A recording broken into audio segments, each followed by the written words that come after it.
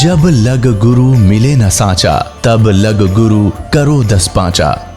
क्या गुरु बदल सकते हैं? क्या गुरु बदलने से पाप लगता है? अध्यात्म के इस मैदान में आखिर सही गुरु कौन है? गीता जी में वर्णित तत्वदर्शी संत कौन है? इन सभी प्रश्नों के उत्तर जानने के लिए अवश्य सुनिए जगत गुरु तत्वदर्शी संत रामपाल जी महाराज के मंगल प्रवचन। लक्ष्मण बहुत दूर पहुंच गया, श्री राम से मिला, वो बिल्कुल ठीक ठाक थे। श्री राम ने कहा कि तूने आना नहीं था लक्ष्मण। तब सारी कथा बताई कि भाभी ने, सीता जी ने बहुत मजबूर कर दिया मुझे, बहुत अपशब्द कह दिए, मैं रुक नहीं सका वहां पे। वापस आ रहे हैं, उधर से रावण, लंकापति रावण अपनी बहन शूर्पणखा का बदला लेने के लिए, कहते हैं रावण की बहन शूर्पणखा लक्ष्मण से शादी करना चाहती थी, उसके स्वरूप ने देखकर आसक्त हो गई थी। लक्ष्मण ने बहुत मना किया था, उसने बहुत जिद कर दी, हद से ज्यादा बढ़ गई, और बहुत मना करने पर भी वो नहीं मानी तो लक्ष्मण ने उनकी नाक काट दी।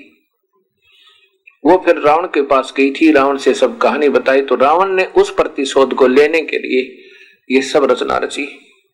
एक साधु का भेष बनाकर सीता की कुटिया पर आकर कहा कि माई भिक्षा दो। पहले साधु को द्वार से खाली नहीं जाने दिया जाता था। सीता जी ने कहा कि आप यहां अंदर आकर ले जाओ, यहां कुटिया से ले जाओ। जो ही रावण ने आगे जाना चाहा कुटिया की तरफ, रेखा के नजदीक आया तो उसमें से लपट निकली नो आग की, एकदम फूंक दे जैसे बिजली का सपारक हो आग रहे। एकदम 2 कदम वापस गया रावण और कहा कि तुम साधु को मारना चाहते हो, तुमने ऐसा यहां पर ये रचना रची हुई है, अगर भिक्षा देनी है तो इसे बाहर आकर दो, नहीं तो साधु रुष्ट हो जाएगा। पहले संतों की महिमा की आड़ में राक्षस लोग ऐसी गलतियां कर जाते हैं।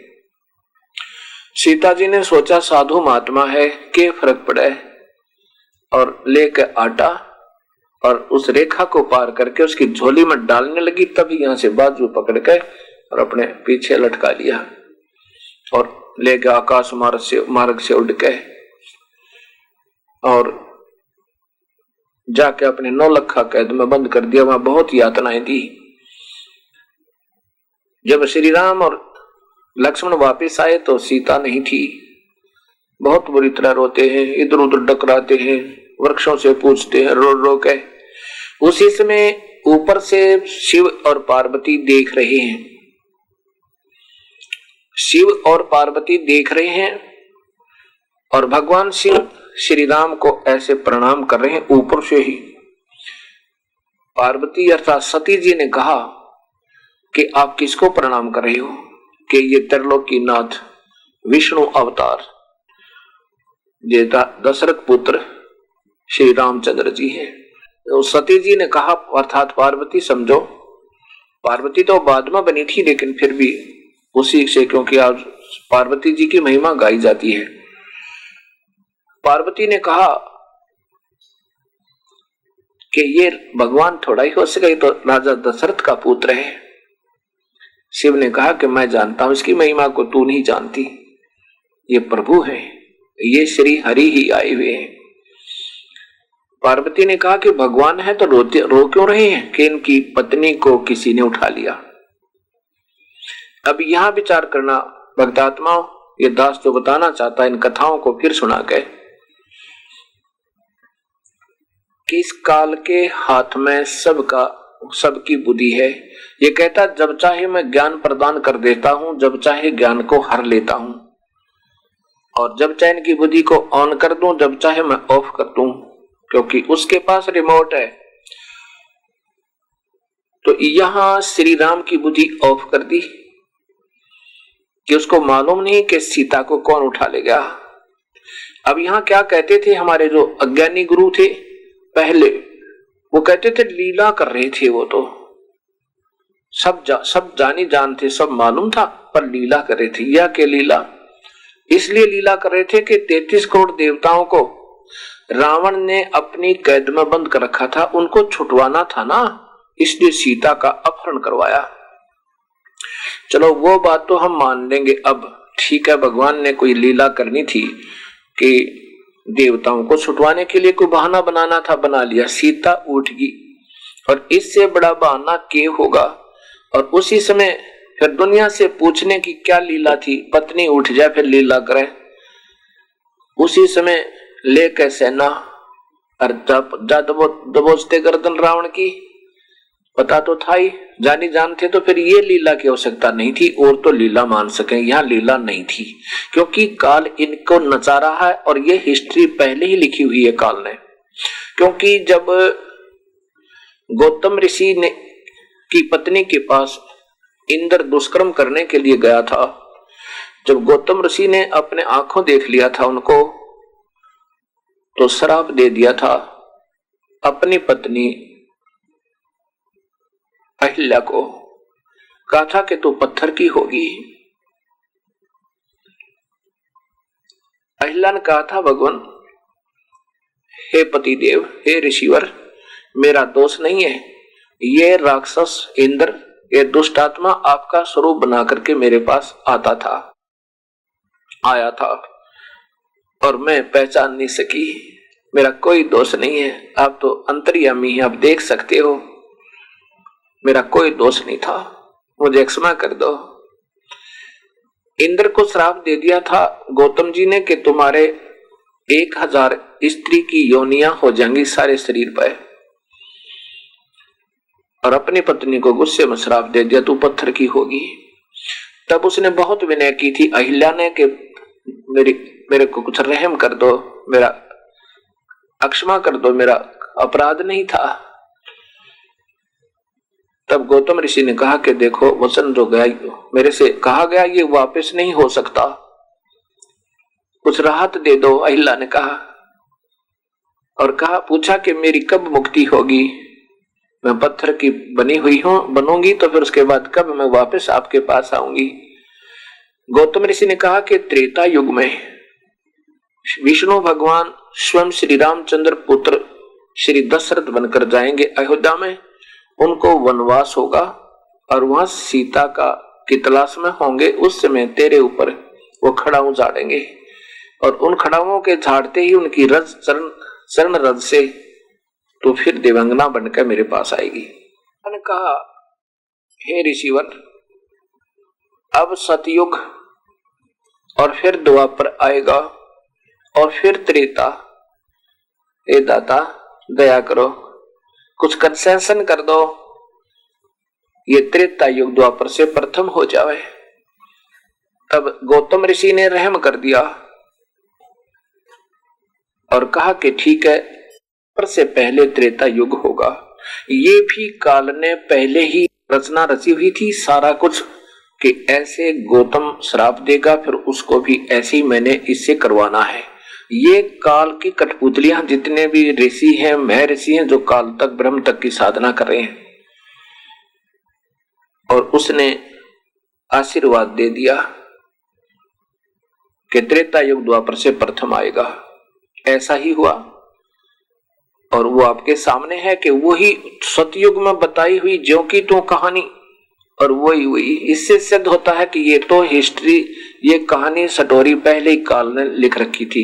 ये स्वयं सटोरी राइटर भी है, ये डायरेक्टर भी है, प्रोड्यूसर भी है, यानी ये सारे गुण रखे है। ये फिल्म बनाकर पहले रख रखी थी, ये तो केवल हीरो बनाकर एक फिल्माइज करने के लिए भेजे हैं। इनको पहले ऐसे शराब स्वरूप जो का पहले तैयार कर रखी थी इनकी हिस्ट्री सीट, और ये टस से मस नहीं हो सकते ब्रह्मा विष्णु महेश, चाहे अवतार बन का है और चाहे ये अपने वहां पर अब वैसे रहे। इसी का प्रमाण वाल्मीकि जी ने 10,000 वर्ष पूर्व श्री रामचंद्र जी के जन्म से पूर्व पहले ये सारी रामायण लिख दी थी, और ज्यों का त्यों हुआ। इससे सिद्ध होता है कि इनको नहीं मालूम कुछ भी, ये तो कठपुतली है काल के हाथों। ये भोली आत्मा बेचारी, देख सकते हैं ये प्रभु हैं हमारे जैसे तुच्छ जीवों से, तो फिर भी ये परम यानी श्रेष्ठ आत्मा है, बहुत नेक आत्मा है, पुण्य कर्मी प्राणी है, तभी तो 3 लोक के प्रभु है, फिर भी ये काल के अधीन है। अब वहां श्री रामचंद्र जी को मालूम नहीं सीता को कौन ले गया, और ना ही शिव जी को मालूम, ना पार्वती को मालूम। और इतना मालूम है शिव जी को कि श्री रामचंद्र जी हैं, तो ये विष्णु अवतार है। इतना ऑन कर दिया उनकी बुद्धि को। अब आगे देखिएगा, सती जी ने कहा, पार्वती जी ने कहा, दक्ष की बेटी सती जी ने कहा कि मैं इनकी परीक्षा लूंगी। भगवान और रोया करते हैं कभी, इनको क्या दुख होते हैं भगवानों को। पार्वती ने ऐसी कहा तो शिव ने कहा कि तू परीक्षा मत लेना, अगर तू परीक्षा ले लेगी और वो मेरी माँ के तुल्य है सीता।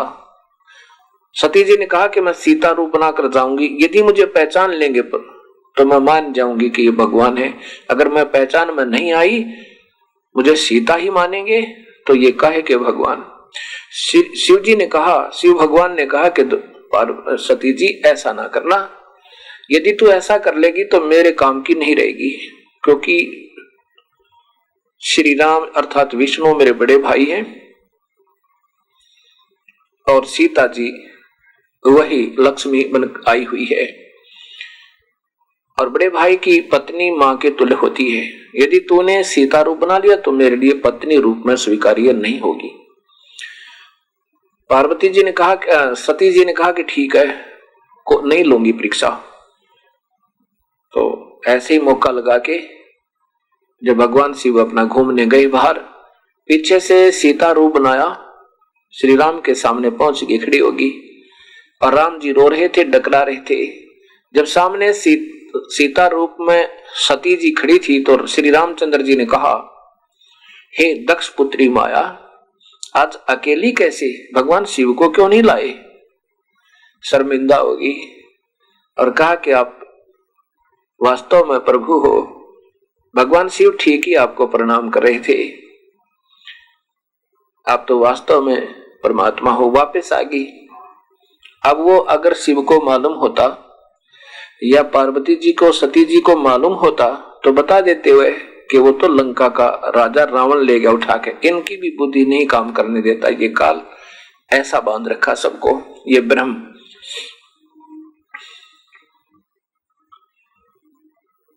अब दूसरा जो मैं आपको बताना चाहता हूं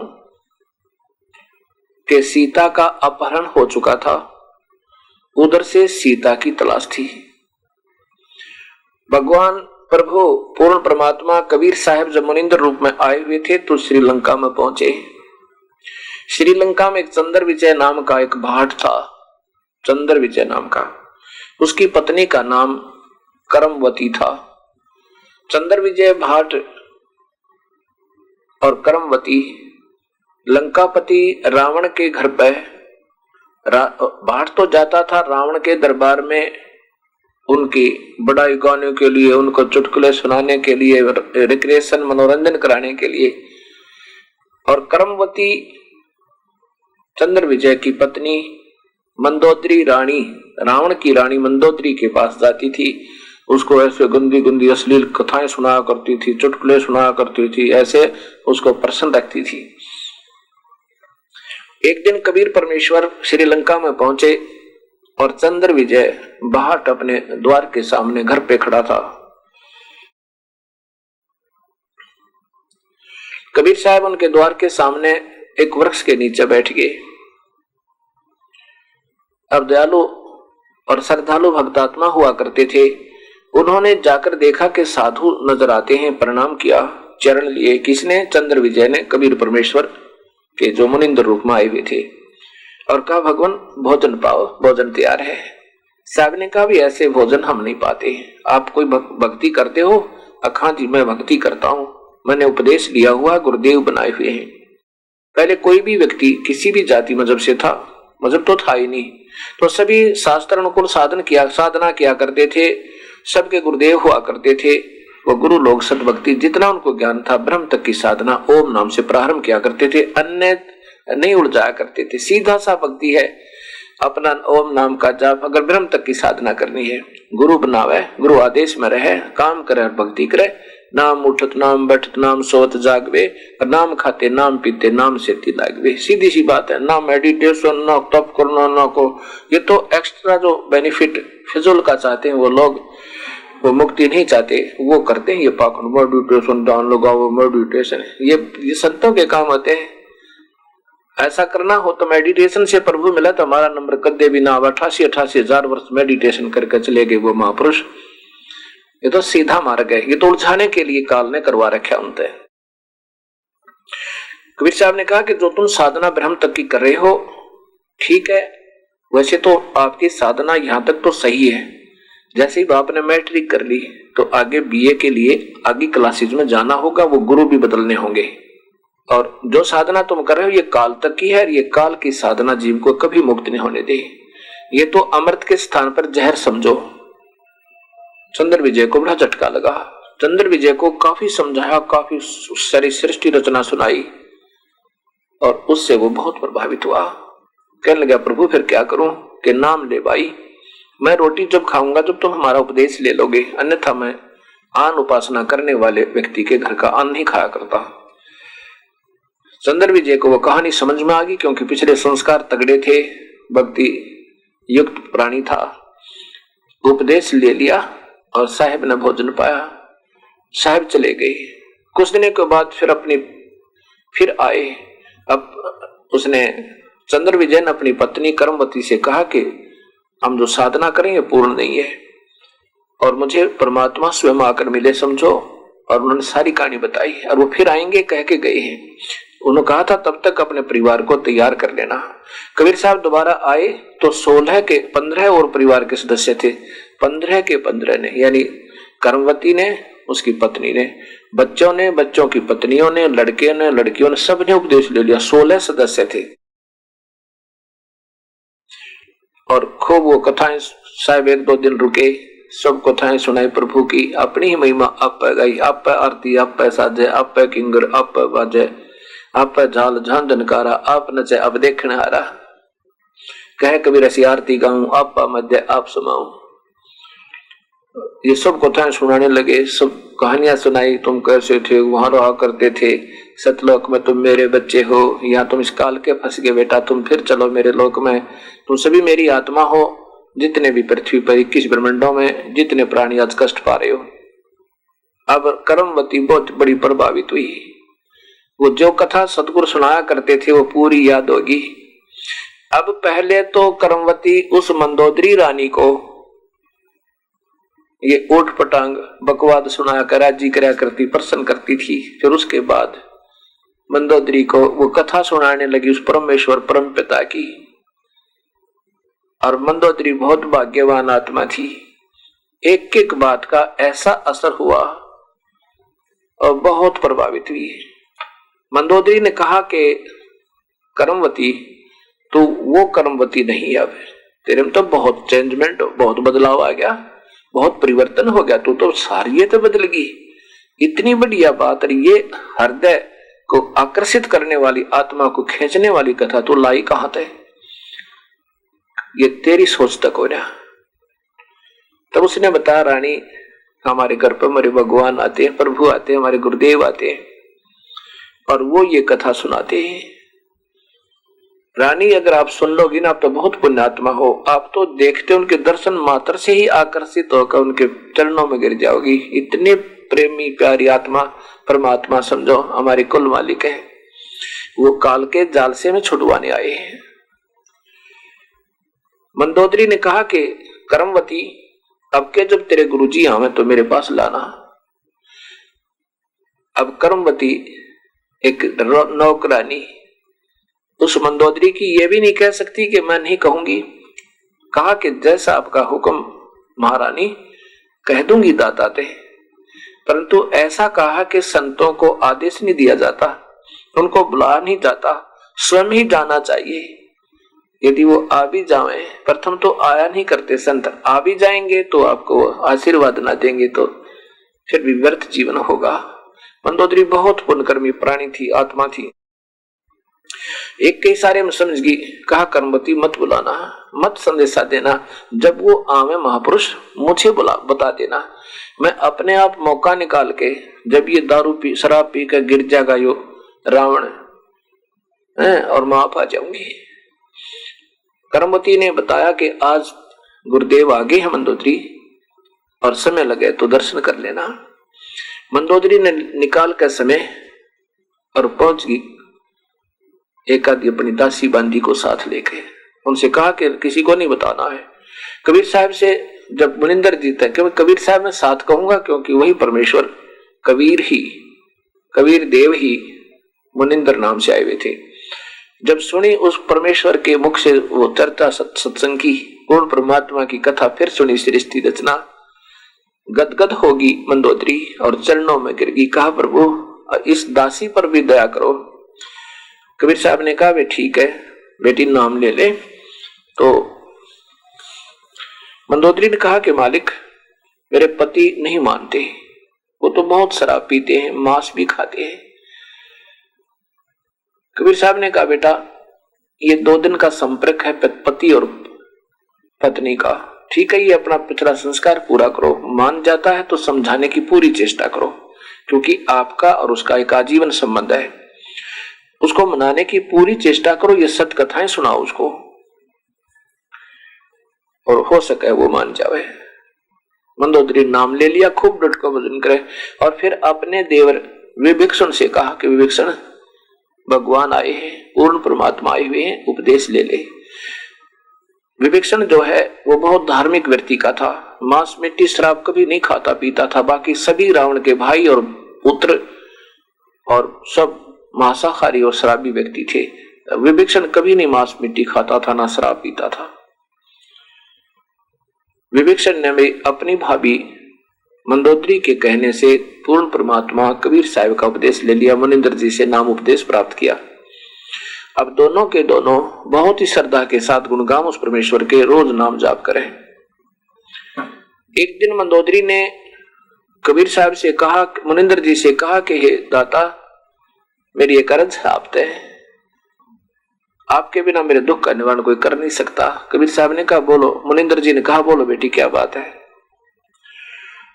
कि मेरा पति एक किसी औरत को उठा लाया है और मैं उसको बहुत समझाती हूँ, लेकिन वो जालिम मुझे मार पीटता है, बुरी बुरी गालियां देता है और कहता है कि इसने इसके देवर ने और इसके पति ने मेरी बहन की नाक काटी थी, इनको नचा नचा के मारूंगा।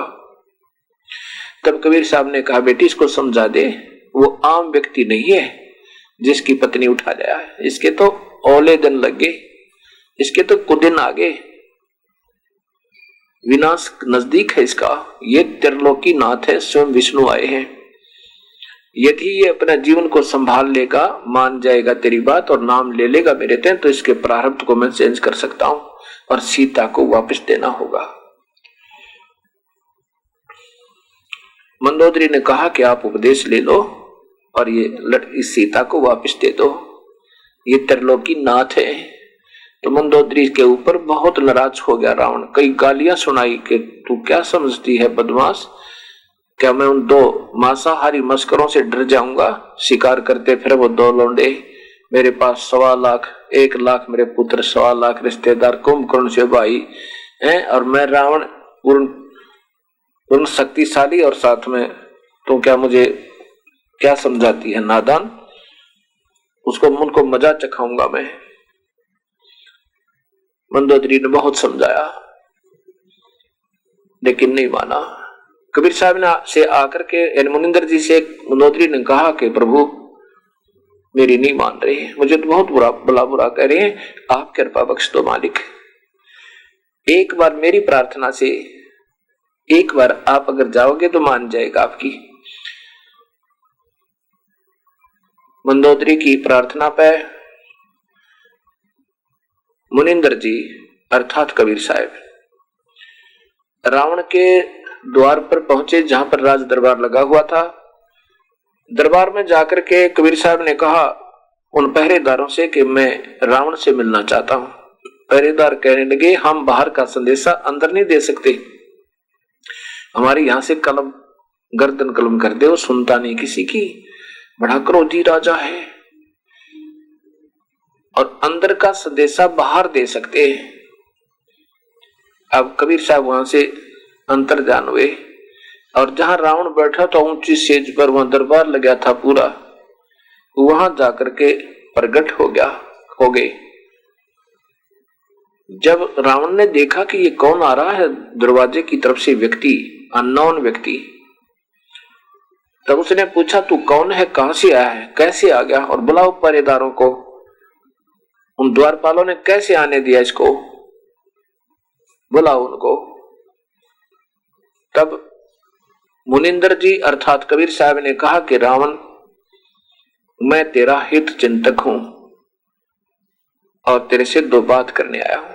तू मेरी इजाजत के बिना यहां कैसे आ गया, रावण ने कहा, और तेरे को आने कैसे दिया। उनको अभी मजा चकाता हूं, द्वारपालों को गर्दन काट दूंगा।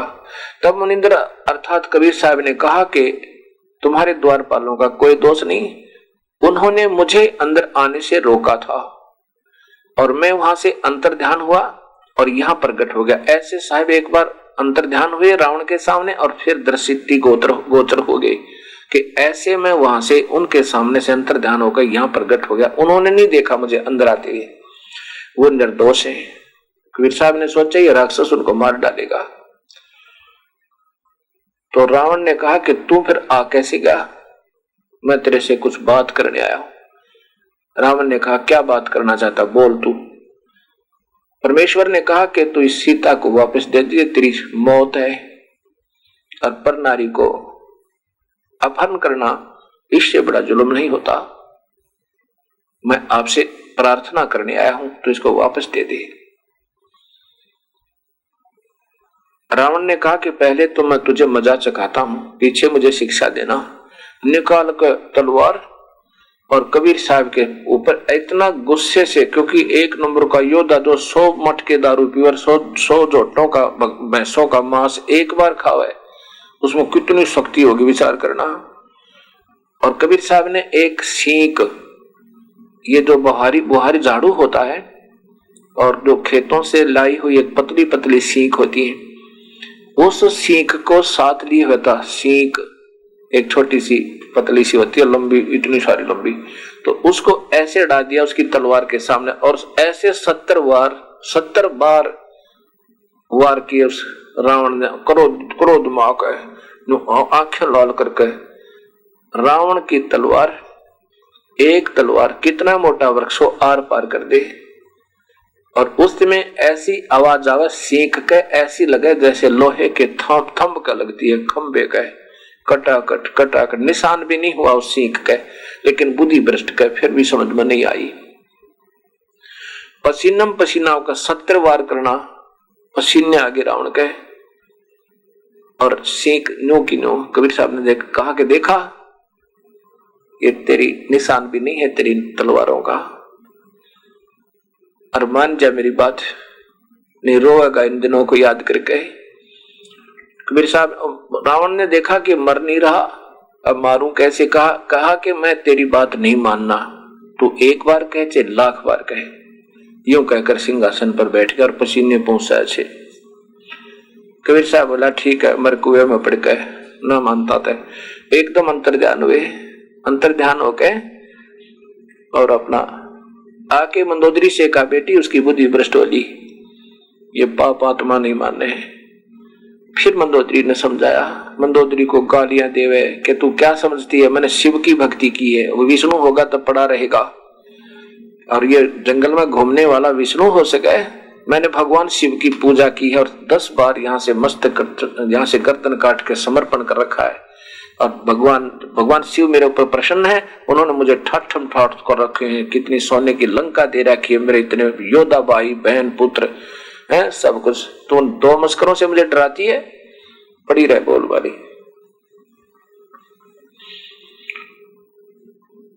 कोई बात ना, बात कबीर साहब चले गए। क्या होता है कि हनुमान जी ने, अब देखो, हीट एंड ट्रायल मेथड से सीता की खोज हुई। कोई पूर्व में ढूंढ रहा है, कोई पश्चिम में, कोई उत्तर में, कोई दक्षिण में तलाश कर रहे हैं, जैसे किसी की गाय गुम हो जा और ढूंढते किसी का हाथ लग जाए, ऐसे तो सीता की खोज हुई। तो समर्थता का यहाँ प्रमाण आपके सामने आएगा कि भगवान श्री राम कितने समर्थ हैं, क्योंकि काल इन सबको नचा रहा है। हनुमान जी लंका में पहुंच जाते हैं। लंका में सब जगह ढूंढते ढूंढते पता लगा कि एक औरत को रावण ने नौलखा बाग में बंद किया हुआ है। आशा का चिराग जगा। हनुमान जी वहां देखा जाकर के हनुमान जी ने देखी वहां की गतिविधि। पहले तो एक छोटा रूप बनाकर बंदर का, और उसी वृक्ष पर बैठ गया जिसके नीचे सीता मायूस और दुखी दिल से रो रही थी और बैठी थी, बहुत कमजोर हो गई थी। उसमें रावण आता है अपने सैनिकों को, अंगरक्षकों को लेकर, और कहता है कि तू मेरी बात स्वीकार कर ले, तू मेरी पत्नी बन जा, मैं तुझे माफ कर दूंगा, नहीं तेरी गर्दन काट के छोड़ूंगा, नहीं तड़पा तड़पा के मारूंगा तुझे। सीता ने कहा कि ये जान जा सकती है राक्षस, ये शरीर को तू छू नहीं सकता। काफी देर डरा धमका के चला जाता है। हनुमान ऊपर बैठा देख रहा है। कुछ देर के बाद हनुमान जी ने, जो श्री राम ने अंगूठी दी थी कि सीता इस अंगूठी से तेरा परिचय सही मानेगी, नहीं तो विश्वास नहीं करेगी, जिस पर श्री रामचंद्र लिखा हुआ था, खुदा हुआ था। अब जो ही ऊपर से वो अंगूठी यानी छाप डाली, वह रिंग डाली सोने की, सीता ने देखा श्री रामचंद्र जी की अंगूठी को, तो रोज देखा करती थी, तुरंत पहचान ली। ऊपर देखा, ओहो ये तो बंदर बैठा है, और कहने लगी रे बंदर, तूने एक जख्म और कर दिया मेरे हृदय में। पहले तो यह महादुखी थी, मेरा अपहरण हुआ, ऊपर से वनवास था, और मेरे पति की मृत्यु की खबर लेकर आ गया तू, वो खा लिया किसी जंगली जानवरों ने। तब हनुमान जी नीचे आए, दुर्दशा देखकर कहने लगे, नहीं माता, उस त्रिलोक की नाथ को कौन मार सके, चिंता क्यों करते हो, मैं तो उनका भेजा हुआ एक संदेश वाहक हूं, मेरा हनुमान नाम है, और मैं उनका अनुचर हो गया हूं, मैं उनका सेवक हूं, और मैंने ये सब हालत आपकी देख ली है मां, और आपकी खोज होगी, अब तुरंत ही हम सेना लेकर आएंगे हमारे राम जी, और तुझे छुड़वा ले जाएंगे। सीता ने कहा, हनुमान जल्दी करना, मैं बहुत दुखी होकर रखी इन्होंने। तो हनुमान जी ने कहा कि मां मुझे भूख लगी है, कुछ फल तोड़ के खा लूं। सीता ने कहा, भाई ये दो जोड़ू हाथ तेरे थे, फल तोड़ के मत खा लिए भाई, नहीं तो मुझे ये जान से मार डालेंगे ये राक्षस।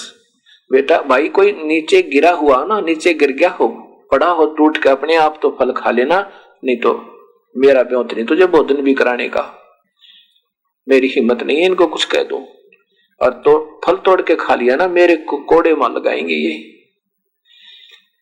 ऐसे को गिरा हो नीचे तो भाई खा ले, और फिर जाके संदेशा दे दे।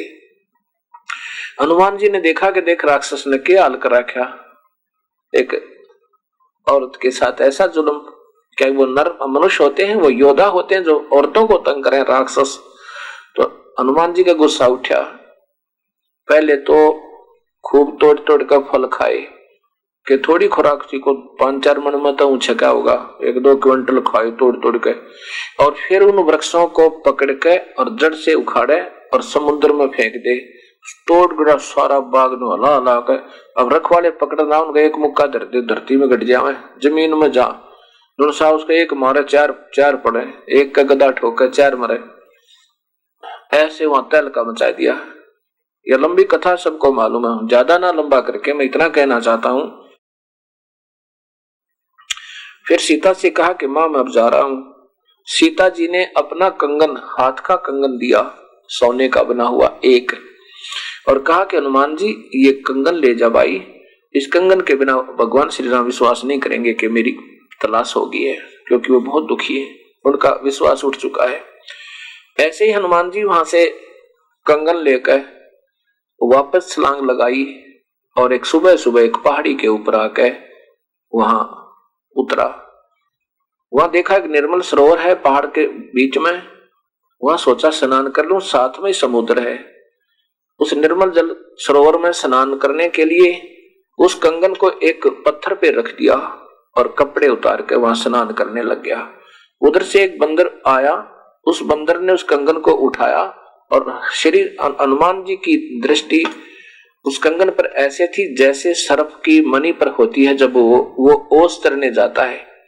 सुबह सुबह ओस चरने के लिए जब सर्प जाता है तो उस मणि होती है उसके पास, तो मणि को रख देता है और ओस चाटता रहता है, एक नजर मणि पर रहती है और कोई आपत्ति दिखत तुरंत भाग के मणि को अपने अंदर मुंह में लेकर भाग लेता है, मुख में लेकर। ऐसे हनुमान जी की दृष्टि उस मणि की तरह कंगन पर थी जैसे सर्प की होती है।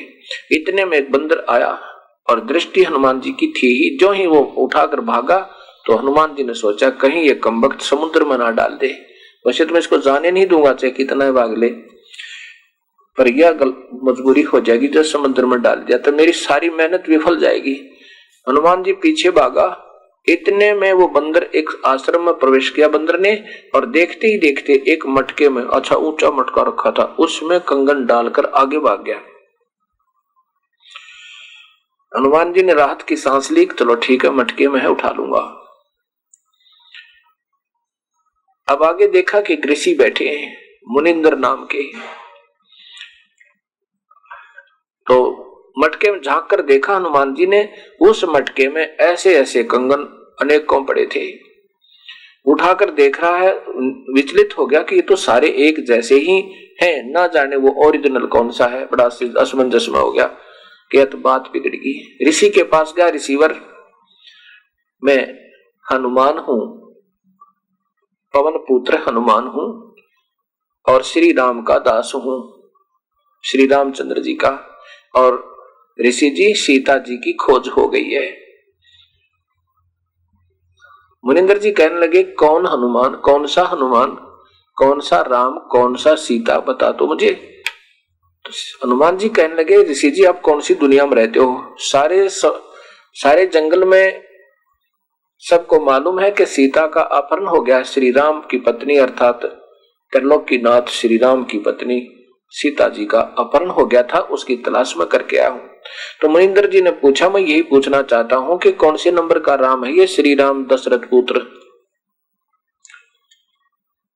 अब हनुमान जी कहने लगे ये क्या बात कर रहे हो आप, नंबर क्या होते हैं, अकान नंबर होते हैं भाई हनुमान जी, बैठ जा तुझे बताता हूं। ये काल के जाल में फंसे हुए हो तुम सभी, और इस काल ने ये मेरी प्यारी आत्मा ये सभी यहाँ पर उलझा रखी है। पूरी कहानी सुनाई। हनुमान जी को कुछ बात स्वीकार हुआ, कुछ अस्वीकार हुआ, चिंता बनी हुई है कि मैंने जाके संदेशा देना है। कुछ सुना बातों को, कुछ नहीं सुना। फिर कहा कि ऋषिवर मुझे ये बता कि ये कंगन कौन सा है मेरा। मुनिंदर जी ने कहा कि आप कोई सा उठा लीजिए वही तेरा होगा, वही सीता जी का वही कंगन होगा, उसमें कोई अंतर नहीं, बेसिक मिला लेना। फिर सारी कहानी बताई मुनिंदर जी ने कि मैं यहां बैठा हूं और ये रामचंद्र 30 करोड़ होकर जा दिए। 30 करोड़, हाँ ये रामचंद्र तो 30 करोड़ हो लिए, तेरे जैसे हनुमान नई आत्मा आती है। अब आप अपनी मलाई खाकर चले जाओगे, शुभ कर्म है आपके, अच्छे भक्त आत्मा हो, सत भक्ति, क्योंकि पूर्ण काल की भक्ति आपको मिली नहीं, काल की भक्ति आप कर रहे हो, पूर्ण परमात्मा की भक्ति सही तुम्हें प्राप्त नहीं। तो ऐसे ही अपने मनुष्य जन्म को बर्बाद करके कुछ दिन स्वर्ग में रहोगे और फिर कुछ दिन अपने नरक भोग कर 84 में चले जाओगे, और नए युग में त्रेता युग में नया तू होगा और नए और नवरा कितने की राम होकर जा रही है ये अवतार। और जितनी बार भी तुम आते हो ऐसी घटना घटती है, और यही हनुमान आते हैं और मैं वो ये कंगन इसमें डाल जाते हैं। तो हनुमान जी ने कहा कि एक कंगन तो जैसे आप कह रहे हो कि ले जाइए वही होगा, एक कंगन तो हर बार हनुमान ले ही जाता होगा, फिर इस मटके में कहां से आ गए वो। कबीर साहब ने कहा कि इसमें मेरी शक्ति काम करती है, मैंने इसमें एक ऐसा आशीर्वाद दिया है कि इसमें डुप्लीकेट कॉपी जो की तो बना दिया ओरिजिनल जैसी। एक कटोरी उठाई, उसकी एक कटोरी उठाई साहिब ने कांसी की और उसमें डाल दी, डालते ही 2 होगी एक जैसी कप, बिल्कुल सेम टू सेम। अब देख पहचान ले कोई सी ने। ऐसे ही इस बंदर के यहाँ डालते ही इसमें 2 कंगन बन जाते एज इट इज, और एक आप ले जाओ। ऐसे ही वो हनुमान एक ले जाता, एक इसमें रह जाता। ये 4 काउंटिंग, ये यादाश्त के लिए, ये गिनती के लिए यहां रख लेता हूं। और हनुमान जी भक्ति करते ढंग दबाई, विधिवत साधना करो। ये निरंजन ब्रह्म तक की साधना था, शंखों बार कर ली तूने। अब कबीर साहब क्या समझाते हनुमान जी को? मन तो चल रे सो के सागर, जहां शब्द से दूरत नागर। कोटि जन्म तन भर मत हो गए, कुछ ना हाथ लगा रे। या कुकर सुकर खरबा बोरे, कौवा हंस बुगारे। कोट जन्म तू राजा की, ना मिटी ना मन की आशा। और भिक्षक होकर दर दर घूम लिया, ये मिला नहीं निर्गुण रासा। कबीर साहब बता रहे हैं कि करोड़ जन्म तन भर मत हो गए। ऐसे ही कभी मनुष्य शरीर मिलता है, फिर उसको अपना इस काल ब्रह्म तक की साधना करते हो, इससे ब्रह्म अच्छे साधक ब्रह्म लोक में भी चले जाते हैं, इंद्र भी बन जाते हैं, कुबेर भी, देवता भी, महादेव भी, राम भी हैं, ये बन जाते हो। ब्रह्मा विष्णु महेश की पदवी भी पा लेते हो, लेकिन काल के जाल से बाहर नहीं जा सकते पुत्र, जब तक मेरी शरण में नहीं आओगे। मैं पूर्ण परमात्मा का सत संदेश वाहक मुनिंदर रूप में आया हूं, और मैं ही वो पूर्ण ब्रह्म समझो मुझे। कोट जन्म करोड़ जन्म तो बरमत हो गए, कुछ ना हाथ लगा रे। और कुकर कुत्ता सुकर सुअर खर गदा और बना, और कौवा काग हंस और बुगला, कौवा हंस बुगारे। कोटि जन्म तो राजा भी हो लिए, करोड़ जन्म तो राजा कीने, पर मिट्टी न मन की आशा। राजा बनने के बाद ये प्राणी न सोचा दुनिया न लूट लो, घर न भर दूं, ठोक लो बैंकों को, है तजूरी ठोक दूं, जमीन में गाड़ दूं, इतना में इसकी मौत हो जा, गधा बना पावे। और उस पे वहां वो जमा राशि ने कोई और ही बरता है। मनमान वो बेटे फिर इसे निकम्मे हो जाता, दारू पीवे, मांस खावे, कार काट ले, कोठी ले में, पाप कर्मों से पैसा कमाया हुआ तो राजा के को कुत्ता बने, फिर उसका जीव चालने नरक में ठोक जा, और मौज मारे वो आने वाले वो उसको बर्बाद कर देंगे, फिर वो 84 में चले जाएंगे। जब तक हम पूर्ण परमात्मा की भक्ति नहीं करेंगे, तब तक ये दुर्गति हमारी सदा बनी रहेगी।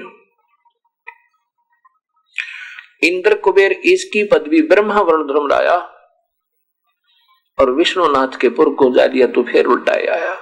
इंद्र भी बन गए, कुबेर भी बन गए, ब्रह्मा भी बने, वरुण भी, धर्मराय भी, और विष्णु भी बने, और विष्णुनाथ के पुर को भी पहुंच गए। अच्छी साधना करके विष्णु लोक में भी चले गए, फिर भी मृत्यु को वहां से देव रूप समाप्त हुआ, फिर 84 में आ गए और दुख पाए। असंग जन्म तो मरत्या हो गए, जीवित क्यों ना मर रे। और 12 मद मैल मठ बोरे, बहुर ना दे धरे रे।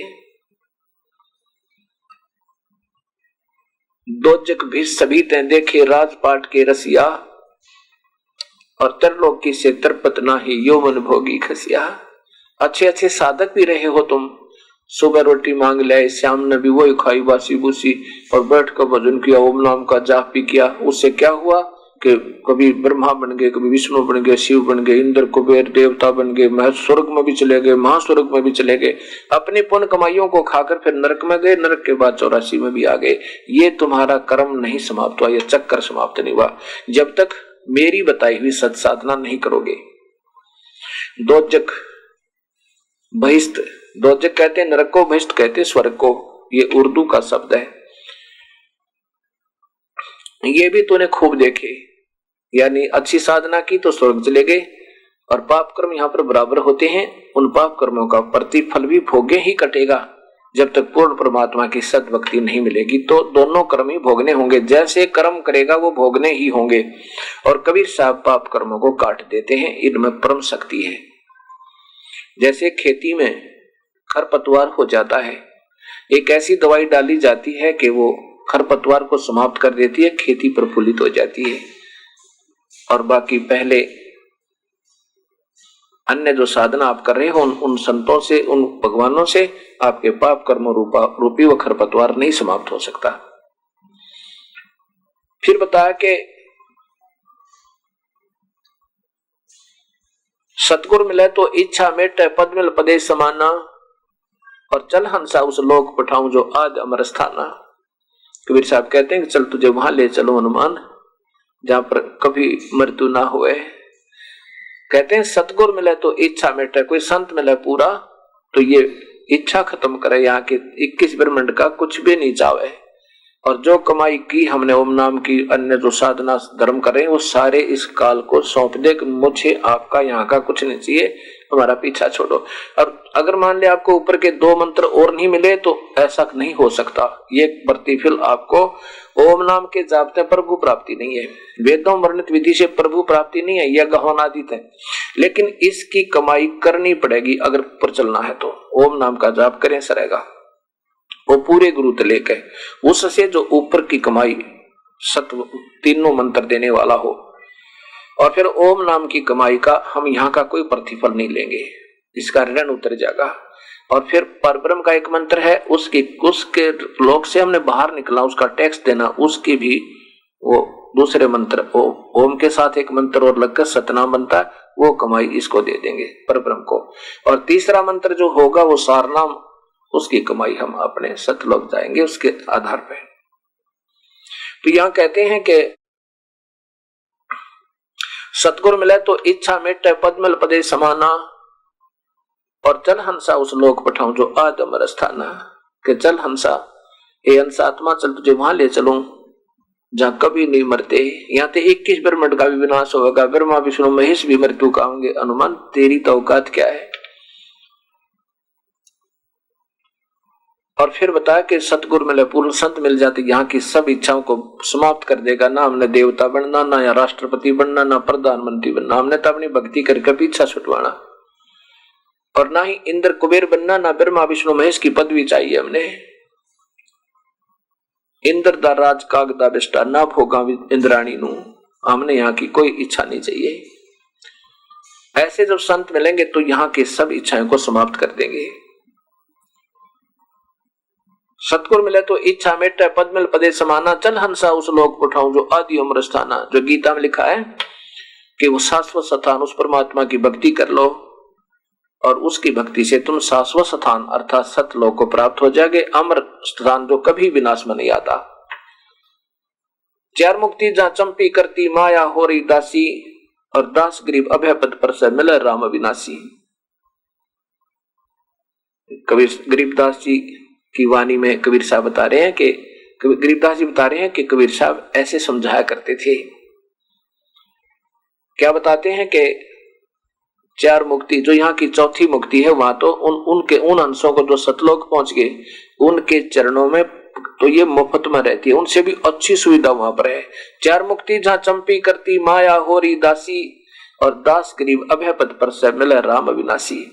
अभय पद कभी मृत्यु ना हो, कोई भय नहीं, कोई चिंता नहीं। और वो अविनाशी परमेश्वर जो वास्तव में अविनाशी, गीता जी में लिखा है कि वो परमात्मा वास्तव में अविनाशी है, वो मिले फिर। जो गीता जी के देखिए, गीता जी अध्याय नंबर 15 में 3 परमात्माओं का वर्णन है। प्रथम श्लोक में अध्याय नंबर 15 के और श्लोक नंबर 1 और 2 में तो वर्णन है कि ये उल्टा लटका हुआ वृक्ष है अर्जुन, ये संसार रूपी वृक्ष है, और इसकी ऊपर को जड़ है, नीचे को शाखा है। और 16 और 17 और 18 में अब देखिएगा कि इन पूरी सतिथि दी है। यहां पहले 15 देखिएगा, नीचे देखिएगा श्लोक, ये 15 है, ये अध्याय नंबर 15 का श्लोक नंबर 15।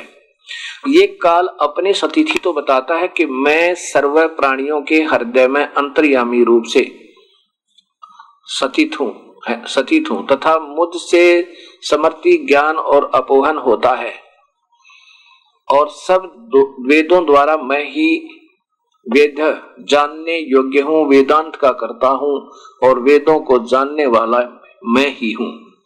अपनी सतिथि तो बताता है कि मैं तो सब प्राणियों के हृदय में महाब्रह्मा और पार्वती के शिव और महाशिव और पार्वती के रूप में बैठा हूं, लेकिन वास्तव परमात्मा 3 है। देखिए इधर ये 16वां श्लोक है, अध्याय नंबर 15 का श्लोक नंबर 16। वैसे पहले यही देखिएगा, इसकी संस्कार दिखाता हूं। द्वौ इमौ पुरुषो लोके, इस लोक में, कौन से लोक में? इस पृथ्वी वाले लोक में और दो भगवान हैं। पृथ्वी वाले लोग कौन से हैं? क्षर और अक्षर, पर यानी ब्रह्म और परब्रह्म। ब्रह्म और परब्रह्म के जो लोक हैं वो पृथ्वी वाले लोग कहलाते हैं। तो ये दो भगवान तो आम व्यक्ति जानता है। क्षर माने नाशवान और अक्षर माने अविनाशी, कुछ अविनाशी। और इसी प्रकार दो सतिथि प्राणियों की है। जीवात्मा रूप में तो ये अविनाशी है और सत्वर शरीर में ये सभी प्राणी नाशवान है, सीधा। इसलिए यहां देखिए इनके द्वारा सरलार्थ भी ज्यों का त्यों है। इस संसार में नाशवान और अविनाशी ये भी दो प्रकार के पुरुष माने भगवान है, प्रभु हैं। संपूर्ण प्राणियों के शरीर नाशवान और अजीवात्मा अविनाशी कहा जाता है, बिल्कुल स्पष्ट है। आगे 16 देखिएगा 17वां। वास्तव में बताया कि इन दोनों से भी उत्तम पुरुष है तो अन्य है, परमात्मा इति उदारता है। वास्तव में उत्तम परमात्मा सर्वोत्तम भगवान तो कोई और है और उसको परमात्मा कहा जाता है। और यही लोकतरम अविषय विभर्ति अव्यम ईश्वरम, ईश्वर है, अव्यय है ईश्वर है, ये अव्यय ईश्वर है, अविनाशी परमेश्वर इसको कहा जाता है। उत्तम पुरुष, उत्तम प्रभु तो दो और ही है। पुरुष माने भगवान या प्रभु जानिए। उत्तम पुरुष तो अन्य ही है जो तीनों लोकों में प्रवेश करके है, सबका भरण पोषण करता है, अविनाशी परमेश्वर परमात्मा इस प्रकार कहा गया है। अब देखो फिर 18वें में अपनी सतिथि बताता है कि मैं तो केवल इस लोक वेद के आधार पर लोग मुझे पुरुषोत्तम मानते हैं, क्योंकि मैं इस जीवात्मा जो मेरे अंतर्गत आती है किस ब्रह्मांड में, उनको और जो चतुर शरीर में है चाहे वो जीव रूप में है, उन सबसे उत्तम हूं, इसलिए मैं पुरुषोत्तम कहलाता हूं। पर मैं पुरुषोत्तम नहीं हूं, क्योंकि मैं जड़ वर्ग अक्षेत्र से अर्थात स्थूल शरीर में जो प्राणी उनसे तो अतीत हूं और अविनाशी जीव आत्मा से भी उत्तम हूं। बस इसलिए लोक और वेद में, वैसे तो लोक वेद होता सुनी सुनाई बातों में, मैं पुरुषोत्तम प्रसिद्ध हूं, मैं पुरुषोत्तम हूं, लेकिन मैं वास्तव में भगवान ही उत्तम पुरुष है तू अन्य है। वो भगवान तो कोई और ही है और उसे अविनाशी परमेश्वर इस नाम से कहा जाता। वही तीनों लोकों में प्रवेश करके सबका धारण पोषण करता है। अब इसमें कितनी स्पष्ट स्थिति की है कि अक्षर, क्षर और अक्षर ये दो भगवान है इस लोक में, यानी पृथ्वी वाले लोकों में है। अक्षर ये ब्रह्म है, अक्षर पुरुष ये परब्रह्म है। अक्षर पुरुष यानी काल ब्रह्म का तीसरी सतिथि बताई, जैसे चीनी का कप हो वो सफेद सफेद चाय पीने का, ये तो समझो काल भगवान क्षर पुरुष इतना सथाई। और सटील का कप समझो ये अक्षर पुरुष, वो भी अविनाशी नजर आवे, जैसे पूर्ण परमात्मा समझो सोने का कप। अब सटील भी बहुत सथाई है, अविनाशी दिख है, लेकिन अंत में उसको जंग लगेगा, विनाश को प्राप्त होगा, समाप्त हो जाएगा। लेकिन सोने को का विनाश नहीं होता, अस्तित्व तो समाप्त नहीं होता। ऐसे तुलना की है कि अक्षर पुरुष भी कुछ अविनाशी है, अविनाशी जैसा ही लगता पर वास्तव में अविनाशी नहीं है। वास्तव में अविनाशी तो पूर्ण ब्रह्म है। जैसे अब सुना ना अपने 30 करोड़ रामा अवतारी सीता संग्रहंती नारी, 70 करोड़ ये त्रिलोकीय, 70 करोड़ त्रिलोकीय शिव की मृत्यु हो जाएगी। एक शिव की मृत्यु कब होती है?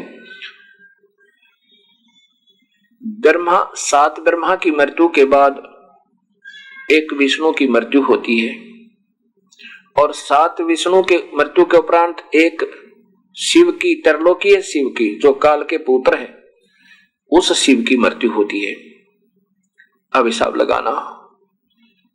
और ब्रह्मा की आयु 1000 चतुर्युग समझो, 1008 चतुर्युग होता है, क्योंकि इंद्र का शासन काल 72 चौकड़ी युग माना गया है।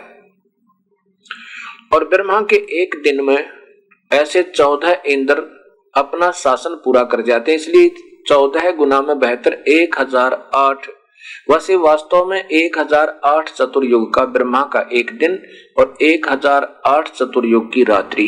रात्रि के समय इस पृथ्वी लोक पे, पाताल लोक में और स्वर्ग लोक के सभी प्राणियों का विनाश हो जाता है। उसमें वो उस अव्यक्त में चले जाते हैं। किसमें? उस त्रिलोकीय शिव में, जो ना इसमें महाब्रह्म रहता है, ये काल महाब्रह्मा, महाविष्णु, महाशिव, यानी ब्रह्मलोक में, महास्वर्ग समझो।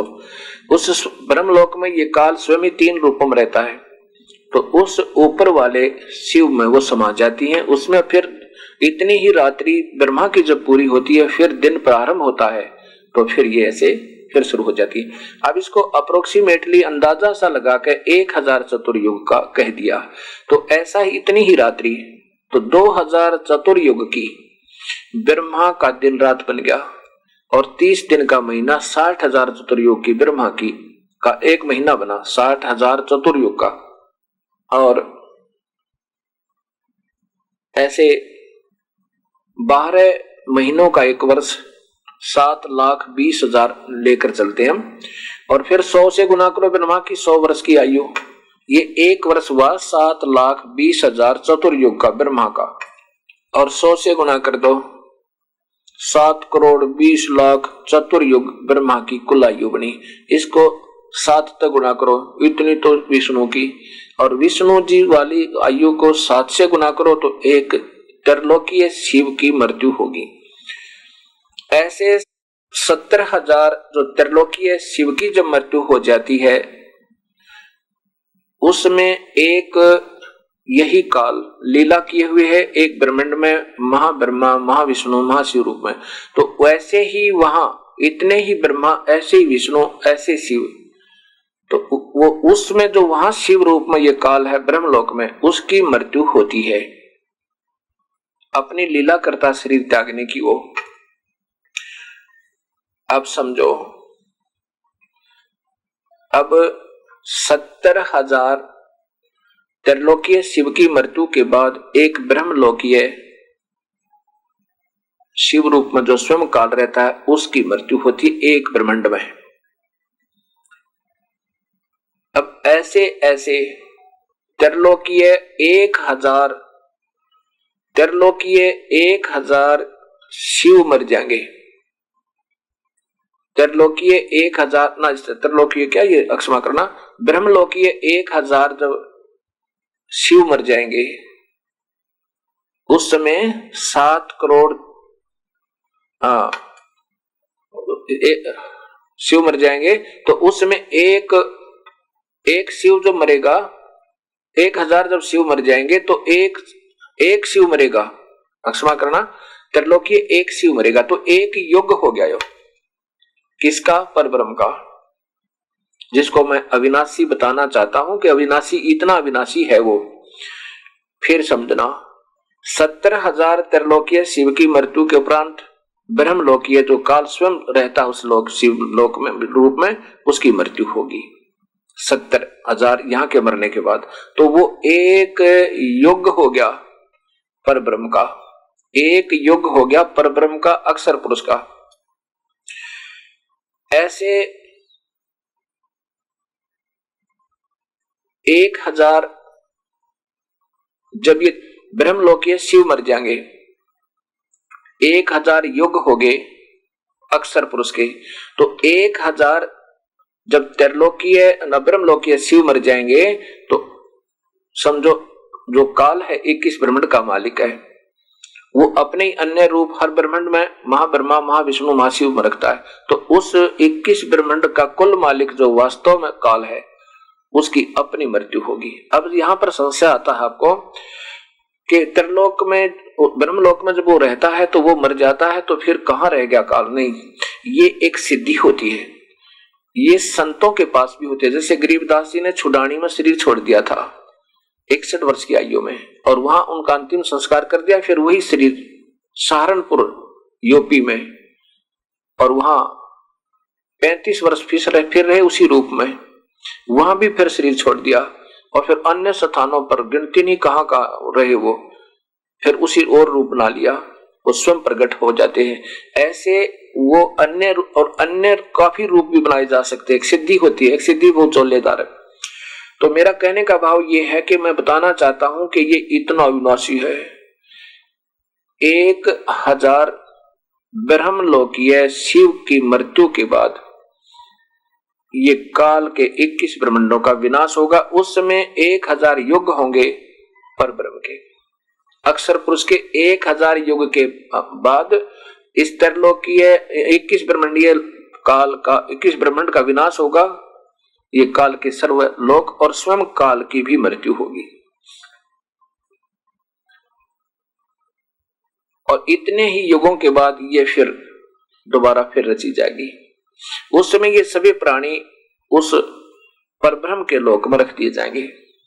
और ऐसे ऐसे 7 करोड़ ये काल मर लेंगे। उस समय ऐसे ऐसे 7 करोड़ ये निरंजन मर जाएंगे। ये काल मर लेगा, ब्रह्म का विनाश हो जाएगा, अक्षर पुरुष का विनाश होगा। तब अब इस अक्षर पुरुष का विनाश होगा।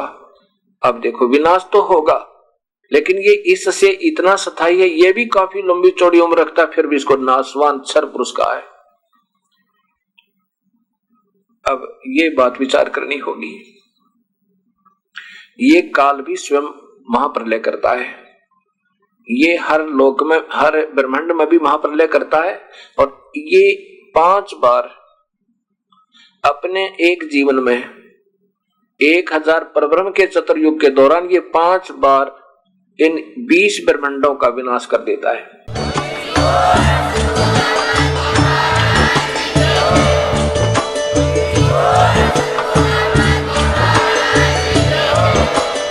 आप सुन रहे थे जगत गुरु तत्वदर्शी संत रामपाल जी महाराज जी के मंगल प्रवचन। अधिक जानकारी के लिए विजिट कीजिए हमारी वेबसाइट www.jagatgururampalji.org। संत रामपाल जी महाराज जी के शुभ आशीर्वाद से पूरे विश्व भर में 500 से भी ज्यादा नाम दीक्षा केंद्र हैं, जिन पर संत रामपाल जी महाराज जी द्वारा ऑनलाइन निशुल्क नाम दीक्षा दी जा रही है। अपने नजदीकी नाम दीक्षा केंद्र का पता करने के लिए संपर्क करें 8222880541।